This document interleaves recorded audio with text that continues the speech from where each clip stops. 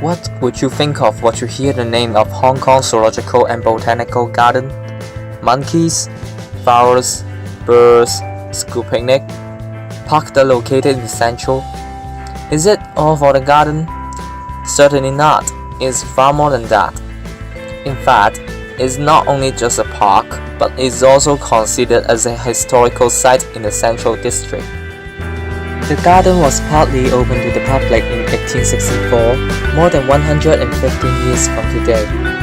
It is surrounded by Garden Road, Robinson Road, Langley and Upper Arbor Road, and Albany Road divided it into the eastern part and the western part with an area of 5.6 hectares. It's a precious place for us to recapture the history of colonial rule due to two reasons. First, it implied the contribution and authority of the colony. The garden originally only focused on the botanical part before the 70s. A laboratory was set up for studying and collecting the local plants, contribute a lot to the Hong Kong plant specimen. What's more, the reason why it's nicknamed as Botanical Garden is the site was served as a temporary government house in 1841 to 1842, while the governor was also the commander of British forces in Hong Kong.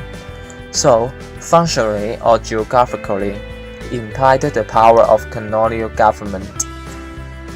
Second, it's a method to recover the Hong Kong people's faith in the British government. After the riots that happened in 1960s, the Hong Kong government realized that many people were dissatisfied with them. To gain the favorable impression from the local people, the government strengthened the development of the garden, such as built 7 new cages in 1974 to 1983 that increased the breeding different mammals, and renamed the park as Hong Kong Zoological and Botanical Garden in 1975. In fact, the idea of the garden is like an urban oasis that offers a public resting place and let people have fun together, which strengthens the sense of belonging to Hong Kong. Until now, there are still lots of legacies in the garden. Following the suggested heritage trail, you see the stone palace first, which evidenced the garden was originally studied on botany. Step a little further, you will stand under the memorial arch. It was erected in 1928 in remembrance of those Chinese who fell in World War I, and it was guided by 2 pairs of stone lions. Go along the trail, you will see the bronze statue of King George VI. It was erected in commemoration of the 100th anniversary of British colonial rule over Hong Kong in 1958.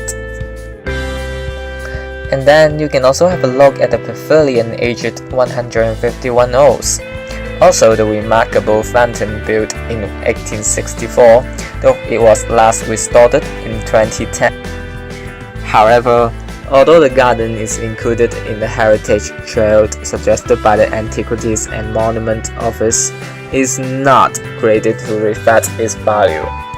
According to the office, the 6 criteria are as follows: historical interest, architectural merit, group value, social value and local interest, authenticity, and variety.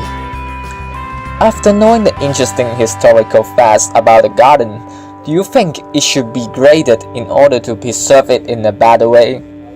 No matter what, it's still a great leisure place for the public. Why don't you come close to be a fan with the lovely animals?